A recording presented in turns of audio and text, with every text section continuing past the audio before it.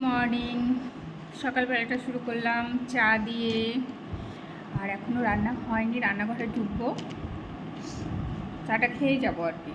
Exam তো চলছে এখনও। রান্নাবান্না শুরু করে দিয়েছি, ডাল করছি, বাদ বাকিটা কী করবো পরে ভাবছি। ডালটা খাইয়ে দিয়ে স্কুলে পাঠাবো, তারপরে আমি পরে কিছু একটা করবো, মানে চিকেনটা করার ইচ্ছা রয়েছে, এসে দিয়ে খেতে পারবে। তো এখানে আমি আদিকে ডাল ভাত আর ডিমের একটা অমলেট করে দিয়েছি, ও সেটা খেয়ে স্কুলেও বেরিয়ে গেছে। আমি আর এগোতে যাইনি, নিজে নিজে চলে গেছে।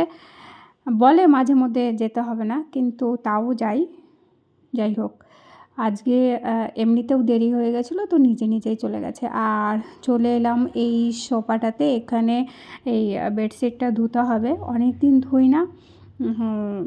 বিশেষ করে খুব একটা এখানে বসা কম হয়, যার জন্য ধোয়াটাও কম হয়। ওপর দিয়ে একটা আমার বিছানো থাকে, এইটা একদম তলে থাকে।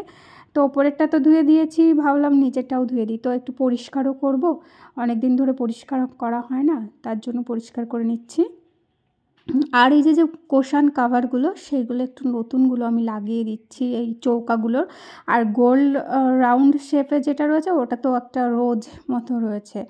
এটা আমি অনলাইন থেকে নিয়েছিলাম, খুব ভালো লাগে। তবে সাদা রঙেরটাও কিন্তু দারুণ লাগে। ভাবছি পুজোর মধ্যে একটা সাদা, মানে একটা তো হয় না, ওই টোটাল 5টা থাকে, 5টার সাদা সেট একটা অর্ডার করব।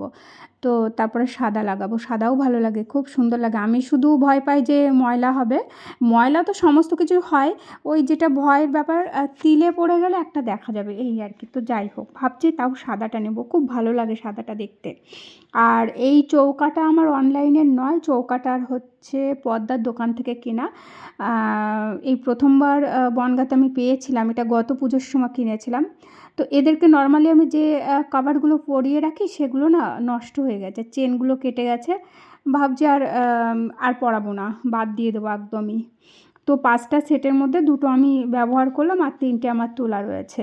এইগুলোও খুব সুন্দর দেখতে, সে তুলে রেখেছিলাম এটাও। আর এর আগে যেগুলো পরানো ছিল সেগুলো আমার দুর্গাপুর থেকে আনা হয়েছিল, বনগাঁতে তখন অ্যাভেলেবেল ছিল না। আর অনলাইন থেকে এখনও পর্যন্ত এরকম চৌকাগুলো আমি অর্ডার করিনি। এখন সব জায়গায় সব কিছু অ্যাভেলেবেল, আর অসুবিধা নেই। তো যাই হোক, আমি এগুলোকে পরাচ্ছি। তবে একটা সমস্যা এখানে আছে, এই চেনের মুখটাতে এতটাই ছোট করা রয়েছে, মানে কুশনগুলোকে পুরো এরকম ফোল্ডিং করে নিয়ে তারপরে আমাকে ঢোকাতে হচ্ছে, একটা প্রবলেম। যাই হোক, কেনার সময় তো ওপরটা দেখে এনেছিলাম, কিন্তু আনার পরে বোঝা গেল জিনিসটা এরকম, মানে আমি সরাসরি ঢোকাতে পারবো না, কুশনটাকে একটা ফোল্ডিং করে নিয়ে তারপরে ভেতরে দিতে হবে। তো যাই হোক, তবে ভালো লাগে, কালার কম্বিনেশনটা দারুণ। তো যাই হোক, আর তোমাদের বলে রাখি আজকের ভিডিওটা খুব একটা বড় নয়, ছোট্ট একটু ভিডিও। আশা করি স্কিপ না করে সবাই দেখবে, আর আমার তরফ থেকে অনুরোধ রইল। আর আমার ভিডিওগুলো যদি তোমাদের ভালো লেগে থাকে তাহলে প্লিজ লাইক, শেয়ার, কমেন্ট এবং সাবস্ক্রাইব করে আমার পাশে থেকো। যে বন্ধুরা পাশে রয়েছে সেই বন্ধুদের অনেক অনেক ধন্যবাদ আমার তরফ থেকে, যে যেখান থেকে দেখছো।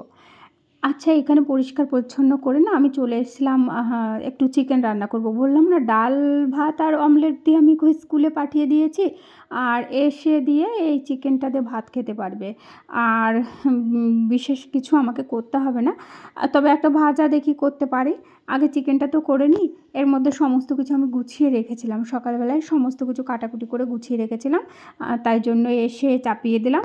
আর ওদিকে ঢিমি আছে হচ্ছে, তারপরে আমি জামা কাপড় নেড়ে পুজো করে এই যে একটু রং তুলি নিয়ে বসেছিলাম। এই যে মালাটা, এটা কিন্তু সম্পূর্ণ আমি নিজে বানিয়েছি, ক্লে দিয়ে রংটাও করেছি।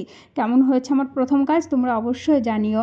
আসলে আমরা মেয়েরা চাইলে সংসারের মধ্যে আবদ্ধ থেকেও, সংসার সামলেও কিন্তু ছোট ছোট কাজগুলো করতে পারি।